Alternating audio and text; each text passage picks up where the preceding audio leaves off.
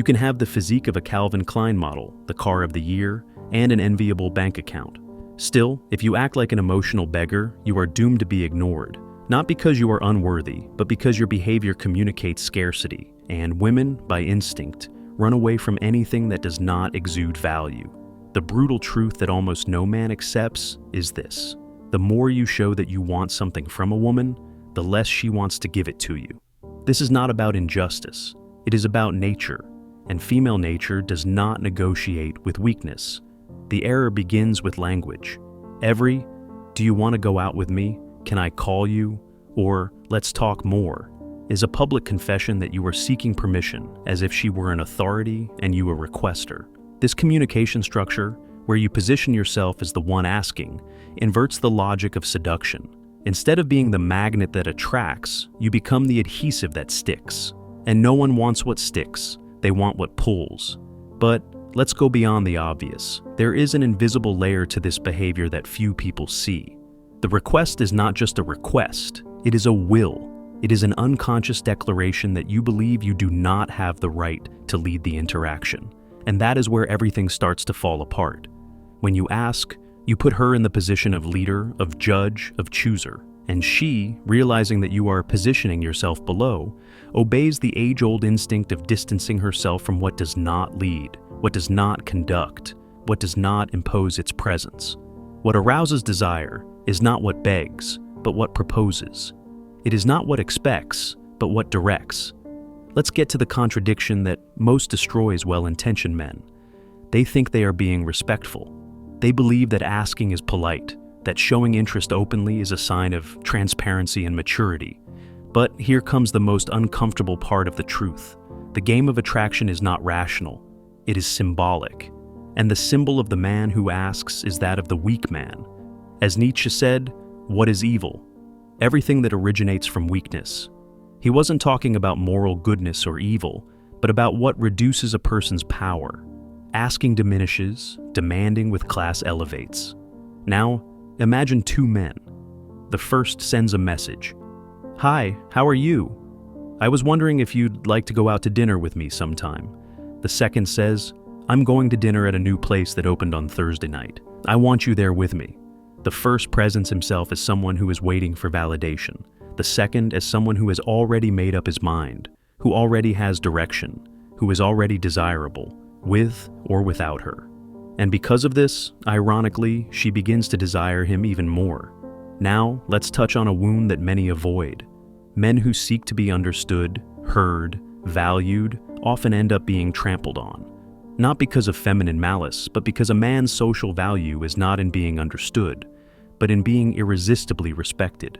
Respect is born of strength, direction, clarity of purpose, and all of that dies the moment you ask. The turning point begins when you abandon the role of the requester and assume the archetype of the emperor. This is not about arrogance, but about internal structure.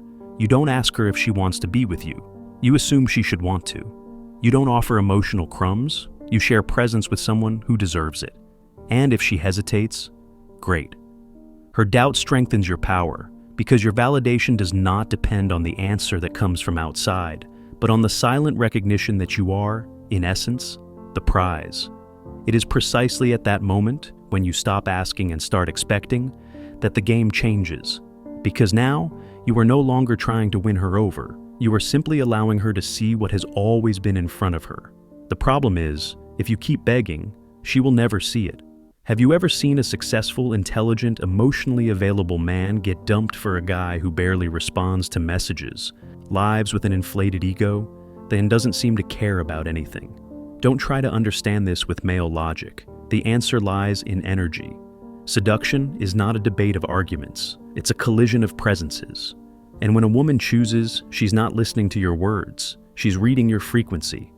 Effort doesn't create desire. It's the unpredictability, the tension, the silent force of not needing that makes her lean in, widen her eyes, and ask herself, who is this guy? On the surface, everything seems contradictory. After all, the man who dedicates himself, who shows genuine interest, who offers the best of himself, shouldn't he be the chosen one? But when it comes to attraction, logic doesn't prevail.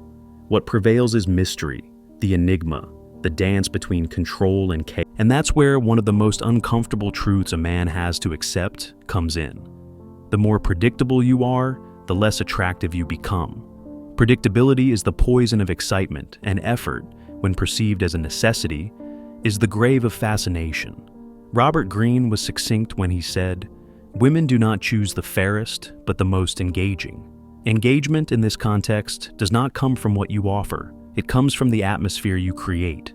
It is the subtext, the unsaid, the security of someone who is in no hurry, the presence of someone who does not need to prove anything, a man who does not try to convince, but who lets her perceive the inevitable. Neuroscience explains this with brutal clarity. The human brain, especially the female brain, responds to dopamine, the neurotransmitter of expectation. It is the same mechanism activated when you bet and do not know if you will win. When she feels that you are a territory that has yet to be explored, her mind goes into reward mode.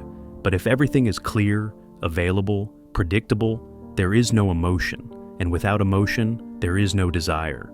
That's why the man who disappears for 2 days and then sends a, "Hey, I was thinking about you," can have more of an emotional impact than the one who sends flowers every day. The first creates tension, the second, habit. And what is too common loses its taste. Let's take this to an even deeper level. Uncontrolled effort is not only useless, it's desperate, literally. It's the outward expression of an internal state of scarcity. And women sense it in the air, the way you look, the time you take to respond, the amount of detail you provide. Each element communicates something, and what she seeks, without even knowing it, is a man whose energy screams, "I am the center, I am the rhythm, I don't chase anything, I attract." But here comes the paradox. This doesn't mean being cold or distant. It means being warm without being hungry, present but not intrusive, interested but not desperate. It's the balance between shadow and light, the archetype of the enigmatic. Like James Dean, who could cause internal earthquakes with just one look. Like Don Draper, who, even in silence, seemed to dominate the room.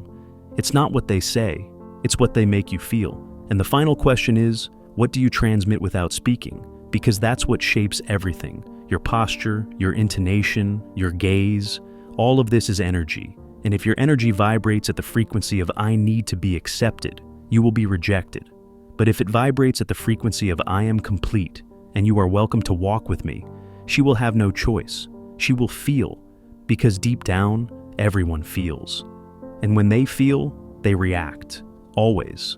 If in the previous chapter we learned that energy is the language she truly understands, now it's time to master the dialect, the set of silent codes that transform any ordinary interaction into a magnetic field of seduction. And to do so, you need to internalize 3 secret weapons: expectation, mirroring, and scarcity.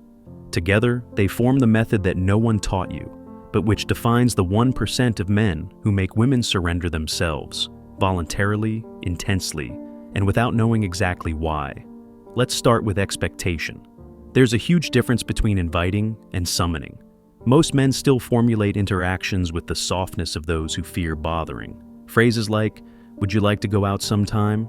are little traps because they carry in their subtext the fear of rejection. Now change it to, "Thursday. Let's go out. It'll be fun." Do you notice the change? One controls the mood, the other asks for crumbs. Expectation is about assuming that your presence is already of value, that being with you is an experience, not a favor. And when you communicate as if you have already made up your mind, something inside her moves, because a man who knows what he wants and says, it clearly activates the deepest instinct of security and, paradoxically, of desire. The second piece of this method is the mirror. A true seducer doesn't speak, he reflects. Not because he imitates, but because he understands that desire arises when someone feels seen. By mirroring a woman's emotional rhythm, by returning her words in the form of sharp perceptions, you create an enchanting illusion that you already knew each other in another life. Saying things like, "You seem like someone who always hides a side that no one knows about," is not just provocation. It is emotional engineering, because at the same time that you shed light on a possibility, you invite her to open up.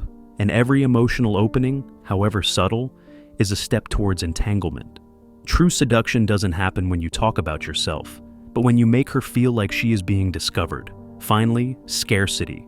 But here, don't confuse it with absence. Scarcity is not about disappearing, it's about controlling access. It's making your presence an event, not a routine. A man who is always available communicates that his life is small, that he revolves around her. And there is no desire where there is predictability. Scarcity is looking at your cell phone, seeing the message, and responding later. It's not getting desperate to keep the conversation alive. It's turning down a date when it would break your schedule, and still remaining calm. This, for a woman, is an unmistakable sign. You have a full life. And those who have fullness are irresistible. These three weapons are not isolated techniques, they are an identity. And the man who masters them not only attracts women, he transforms them. Because instead of being just another person who demands attention, he becomes the rare person who demands presence. And every woman, even without understanding it, is attracted to the man who doesn't try to convince her, but who makes her want to conquer him on her own.